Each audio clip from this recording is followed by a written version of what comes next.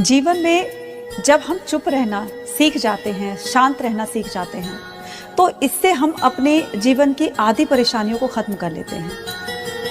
क्योंकि जब हम शांत होते हैं ना, तो हम लोगों को देखते हैं, किस हाव भाव से वो बातें कर रहे हैं। उनके हाव भाव को देखकर हमारा दिमाग काम करने लगता है और हम वही समझ जाते हैं कि इंसान अच्छा है या बुरा है। इसलिए अपने आप को जितना हो सकता है शांत रखो, लेकिन इतना भी नहीं कि लोग आप पर हावी हो जाएं, है ना।